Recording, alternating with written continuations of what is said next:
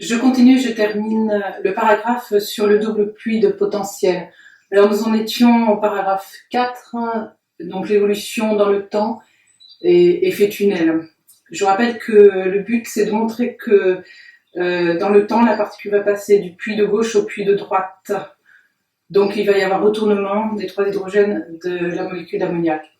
Alors on avait dit par principe de superposition que la fonction d'onde combinaison linéaire de la symétrique et de l'antisymétrique, en faisant attention dans l'exponentielle moins i, le t sur h bar, que les énergies symétriques et antisymétriques ne sont pas tout à fait rigoureusement égales. Donc je rappelle à l'instant t égale 0, si je fais le module de cette fonction-là, à t égale 0, les exponentielles vont disparaître, je n'aurai plus que la fonction symétrique et la fonction antisymétrique spatiale à ajouter. On avait vu que élevé au carré, ça fait une probabilité de présence uniquement dans le puits de gauche et nulle dans le puits de droite. Donc la molécule est bien avec ces trois hydrogènes tournés ici vers la gauche. La question, c'est comment va évoluer la norme au carré de cette fonction d'onde, c'est-à-dire comment va évoluer la probabilité de présence de la molécule d'ammoniac, soit dans le puits de gauche, soit dans le puits de droite, en fonction du temps. Donc je récupère cette fonction, je vais un petit peu la trafiquer pour ensuite en calculer son module au carré. C'est une fonction complexe.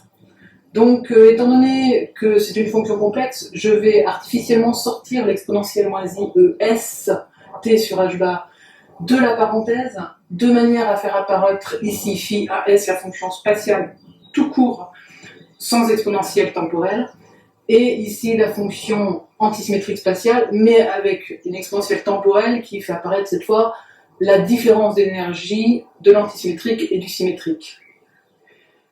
Si je prends la norme au carré de ceci, je vous rappelle que les fonctions spatiales sont purement réelles, il n'y a pas de complexe dedans. Donc si je fais la norme au carré, ça va me faire cette parenthèse fois son complexe conjugué, ça va me faire 1 sur 2 ici, ça va me faire cette exponentielle fois son conjugué qui est égal à 1, donc cette partie-là va disparaître. Donc je récupère un demi, ici 1, et ici cette parenthèse fois son conjugué. Alors j'ai pas mis le calcul, j'ai pas mis explicitement le calcul au tableau, mais ce qu'on récupère en sortie, c'est cette fonction au carré qui est réelle, plus celle-ci au carré, plus 2 fois le double produit, enfin le double produit ici, fois le cosinus de cette partie-là, où on retrouve la différence des énergies, T sur H bar. Pourquoi j'ai pas refait le calcul au tableau? Parce qu'en fait, c'est exactement la même chose qu'on a fait en interférence, quand on ajoute deux ondes d'amplitude différente, S1 plus S2 d'amplitude différente, c'est exactement le même principe de calcul, où on retrouve un terme en cosinus. Donc, on va montrer du coup que effectivement, enfin ça prouve que la probabilité de présence varie dans le temps via ce cosinus. Donc j'ai écrit la situation dans laquelle on est parti à t égale 0 évolue dans le temps. Je vous rappelle que les fonctions symétriques et antisymétriques spatiales, pour la symétrique avaient cette allure-là, pour l'antisymétrique avaient cette allure-ci.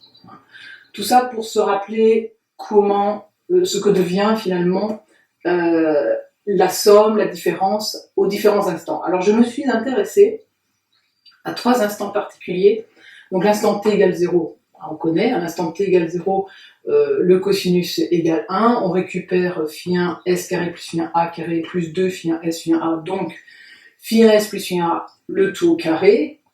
Qu'est-ce que c'est que phi 1 s plus phi 1 a? C'est cette courbe plus celle-ci, donc à gauche c'est un grand monticule, on va dire, et à droite c'est positif plus négatif, donc là, je récupère ça que j'avais effectivement ici. Donc la molécule retourner ces 3 hydrogènes vers la gauche. Je choisis ici en deuxième colonne un instant t tel que l'argument ici soit égal à pi, c'est-à-dire un cosinus égal à moins 1. Qu'est-ce que ça va donner? Ça va donner phi 1 s carré plus phi 1 a carré moins 2 phi 1 s phi 1 a. Identité mathématique, ça fait phi 1 s moins phi 1 a, le tout au carré. Si je fais phi 1 s moins phi 1 a, cette fois c'est le puits de gauche qui va s'annuler, alors que le puits de droite va faire quelque chose, au contraire, fort.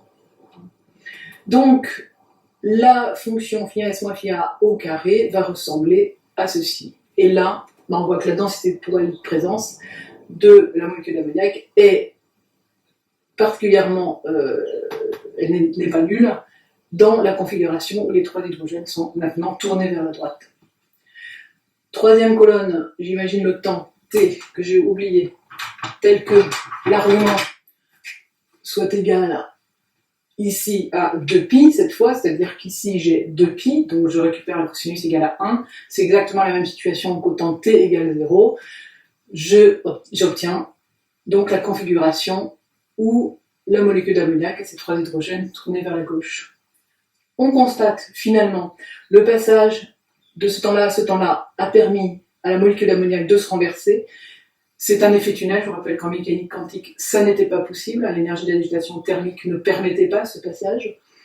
Là, grâce à la mécanique quantique, on prouve que ce passage est tout à fait possible, dans un sens comme dans l'autre bien sûr.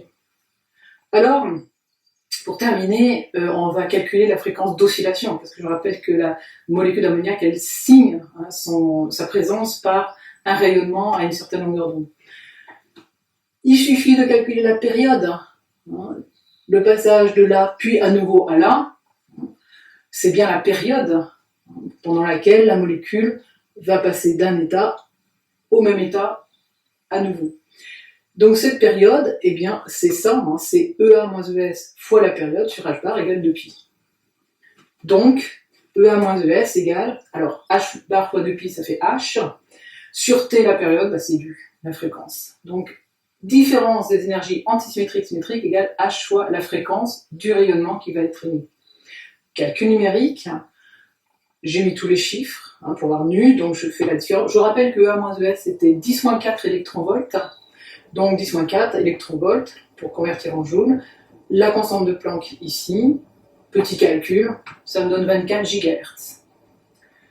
Quelle est la longueur d'onde associée? Formule, la vitesse de la lumière, sur nu la fréquence, 3 10 puissance 8 sur la fréquence 24 10 puissance 9, ça me fait 1,2 cm. Effectivement, le rayonnement de la molécule d'ammoniac s'effectue à 1,2 cm. Donc la mécanique quantique a permis de faire cette preuve de ce rayonnement. Pour terminer, quels sont les effets des paramètres du puits?